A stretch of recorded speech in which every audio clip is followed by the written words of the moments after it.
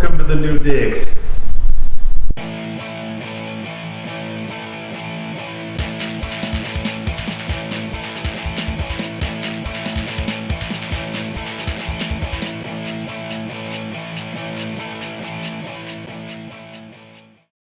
What have I been doing for the last year? Been doing this. Look at this beautifulness. I've been waiting for a shop for 22 years now, a real shop, and I finally got it. The last video I did was the excavator attachment for the skid steer, and we dug a hole in here. Hello, that was for that right there. So after I filmed that video, I went straight into the floor here. My buddy Mark Robinson, Mountain Man Construction, came and poured the floor for me. Did an excellent job, bang up job. If anybody in Southern Colorado needs concrete work done, Mountain Man Construction, he's your guy. 40 by 40 Quonset, 38 by 40 when it's all done. We got 12 by 12 door, 10 by 10 door, and a 9 by 8. That 9 by 8 was an afterthought. The 12 by 10 was a pass-through here, and I decided to throw that in at the last minute so I had somewhere to park stuff, and coincidentally I screwed up and actually accidentally got that at an auction. So it's a perfect place to park it. We have our oil change pit. I think I did a little time-lapse video on the end of one of the other videos a couple years ago.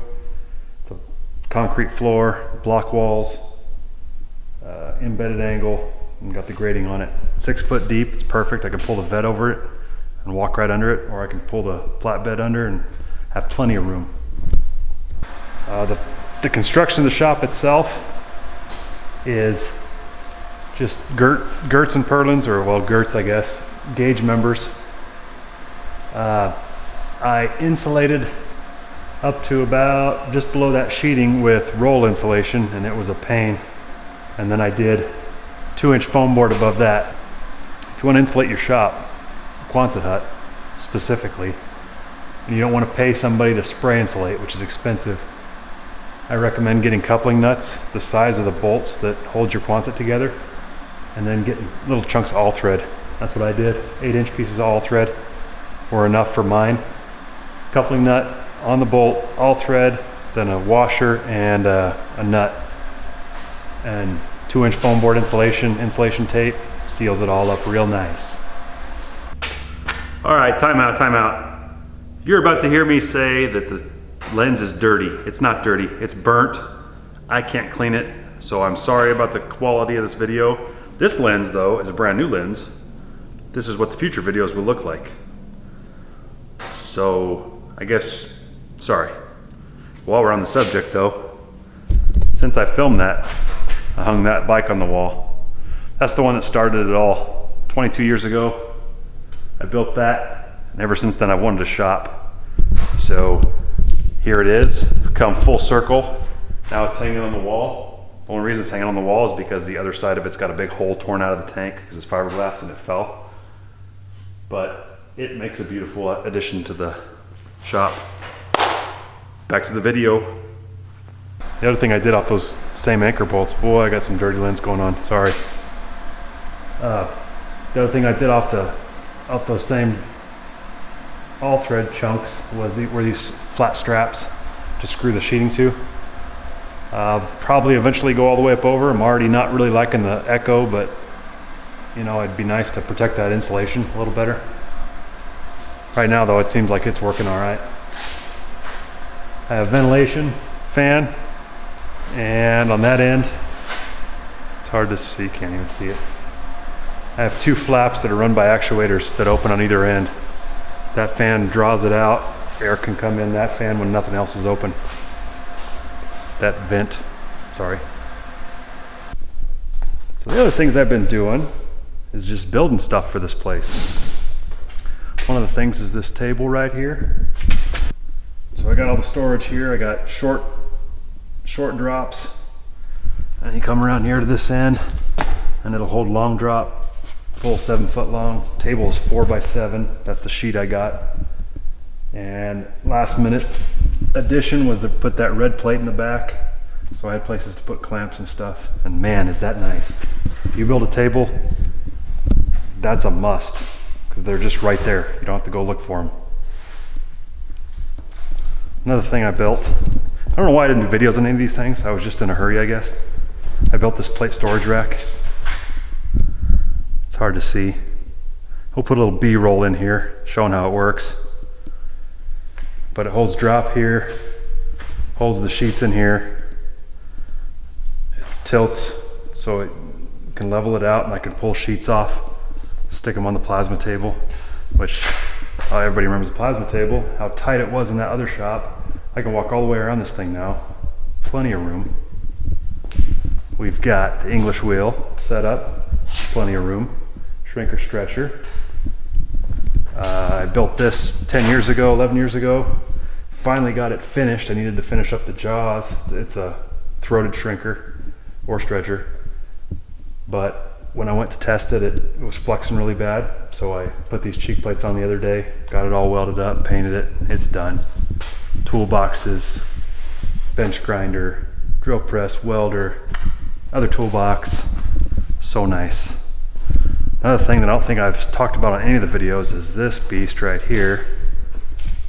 Anybody watched the videos a long time ago knows that we had one of these at the shop that I used to go down to at work. It's a radial arm drill press, 4,500 pounds. All it does is drill holes, but it can drill real big holes through real thick things, and it's auto feed. I got this for 300 bucks at an auction, never tested it. I don't know if it works. I'm in the process of getting my rotary phase converter hooked up, so I'll have 3-phase power and I can test it. But it's nice to just have it in here, ready to go. As soon as I figure out that the motor works, I'll clean all the rust off and start using it. Bits are expensive though. Bits are a couple $100 a piece, so I'm gonna start that collection. It's gonna take a while. The old CNC mill, 2018, I remember taking that thing apart, sticking it in the shop. That was a pain. Got it in here. Plate roller, which we built not too long ago. BMX bike, which I haven't ridden in a long time. And last but not least, the big dog. See over here, over the top? This is a 2-ton jib crane, 18-foot beam. It's not 2-ton all the way. It's 2-ton out to 8 foot, 1 ton to 14 foot, and then a 1/2 ton the rest of the way out. The column is 3 foot into the floor. There's a sleeve in there. Thing is amazing. I haven't fully load tested it yet, but I've picked up 1,000 pounds pretty easy. So nice. A few of the finer points. I built a compressor room because anybody who has a shop with a compressor sitting there and you're working on something and all of a sudden it kicks on out of nowhere, geez, jump you right out of your skin. So I put this room in here. When the door's closed, you can't hear it at all. Got my extra tank in there, you can't see, but there's a tank in there and a compressor. This compressor system, it's a kit you can get. I don't remember the name. You can go on Amazon, it's an aluminum kit. I can't remember, it was a 90-foot kit. Took me all the way around, up over the door, and drop on the other side. It was perfect. Rather than try to do threaded pipe or a flex system, that was the way to go. Oh yeah, I built this too.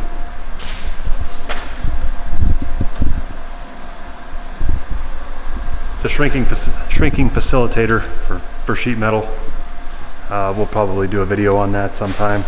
I should have made a video when I built it, but I didn't. If you want to know what it is and how to build it, just go on YouTube and type in shrinking facilitator. Ray Chalene, I think, invented it, and he has some videos on how to build them. They're pretty interesting. Oh, and then the last thing is, got a video coming up. I'm halfway done with it now.